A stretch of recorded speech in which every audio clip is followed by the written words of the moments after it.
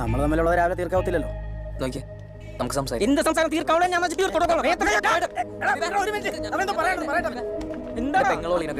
അവളുടെ കല്യാണോ ഡ്രസ് എടുക്കാൻ വന്നേക്കോ.